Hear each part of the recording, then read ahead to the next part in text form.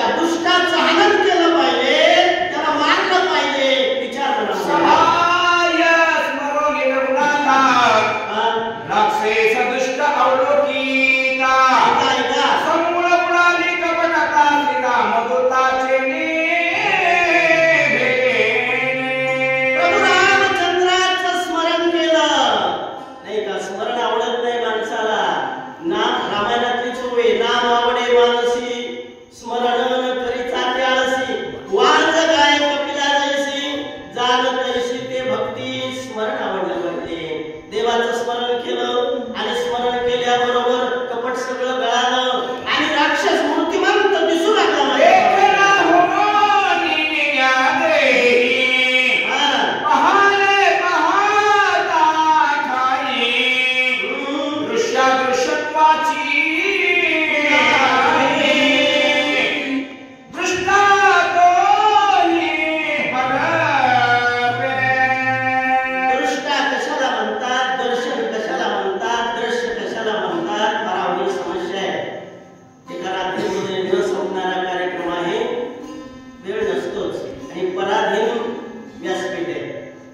संयोजकांना जसं म्हणेल तसं करावं लागतंय. स्वतंत्रता नाही तर आम्हाला 4-4 तास बोलायची सवय, पण ते भागवतच बोलतो, 2-2 तास बोलतो, पण कीर्तनात बोलतो. त्याच्यामुळे इथं काही स्वातंत्र्य नसते आणि सांगायला वेळ नसते. सांगा म्हणतात पण खरंच वेळ नसते. काय करतील ते तरी 1135 वेळ 11 तासात संपल्याच पाहिजे म्हणून सांगतो. ताशी 100 बोला. दुष्ट हरपलिया पाही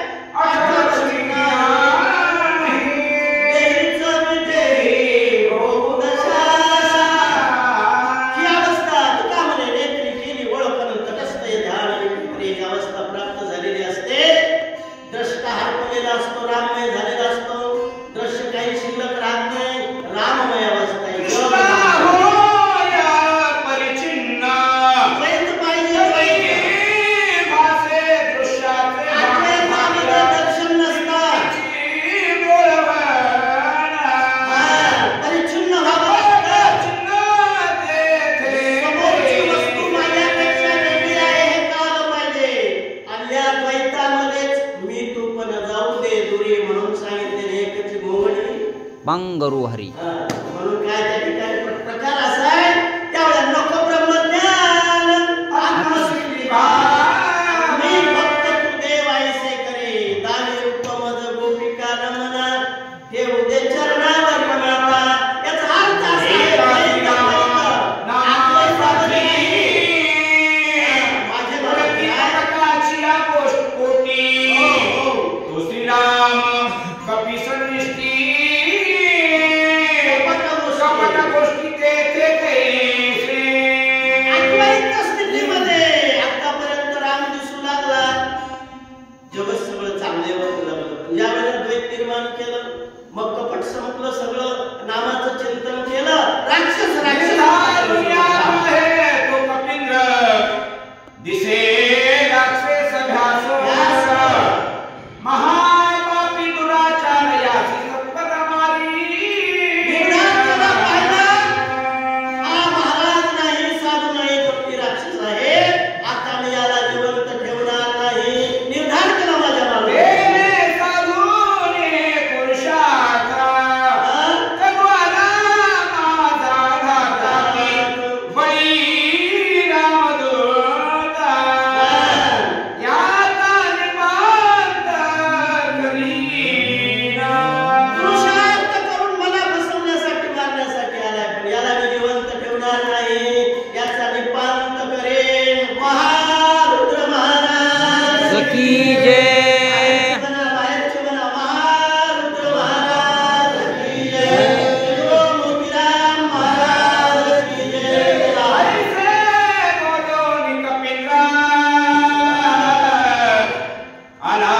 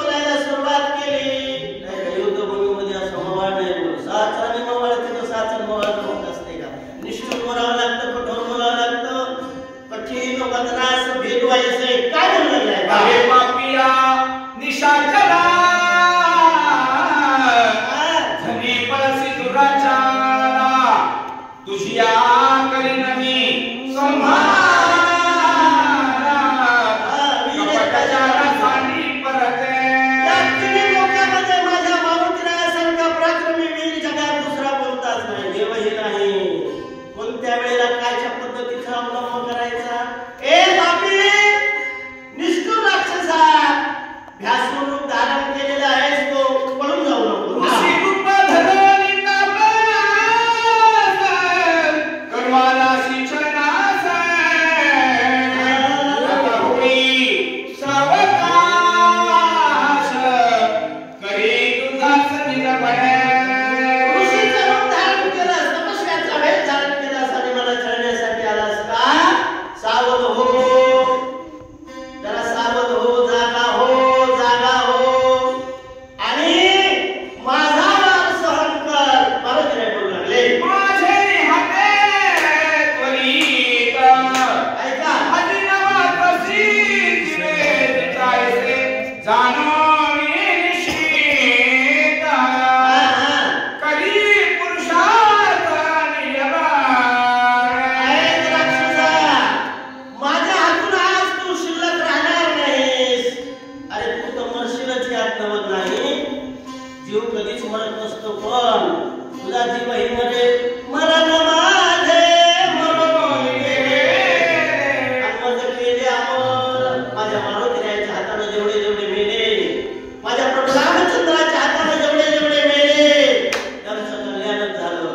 जे पाया पडले त्यांचंही कल्याणच आहे. त्यांचंही कल्याण आहे. बोला. सरसा मला राक्षस मूर्ती, ऋणी कामया कपिप्रती, साठोपती मांडीला. राक्षसाने तयारी केली. फार बुद्धिमान होतो ते राक्षस. तयारी केली, साठोप मांडला. मला या वानराला जिंकायचं आहे. आपल्या मालकाचं काम करायचंय, सद्गती प्राप्त करायची. स्वामी काज गुरुभक्ती त्याच्याकडून हे शिकलं पाहिजे. रामायणामध्ये राक्षस सुद्धा धर्म शिकण्यासारखे लक्षात ठेवा.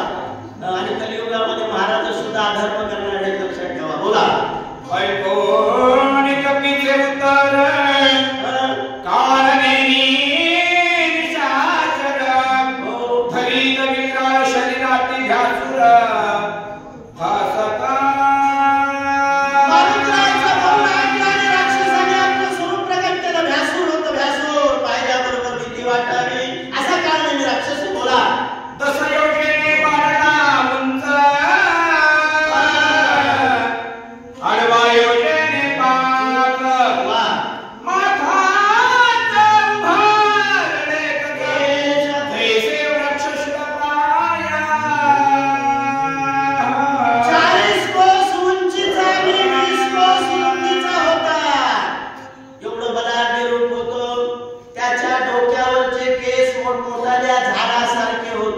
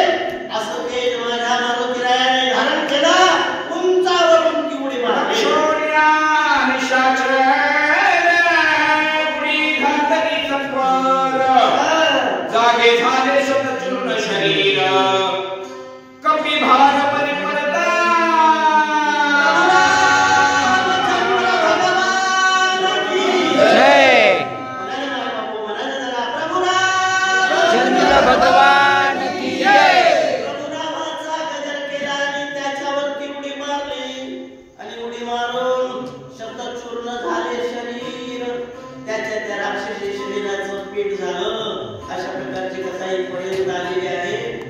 मला तुम्हा सर्वांचं दर्शन घडवलं आमच्या सर्व रामायण प्रेमी गंगाखेडच्या मंडळाने. मी माझं भाग्य समजतो. त्यांच्या सोबत आलो, तुमचं सर्वांचं दर्शन झालं.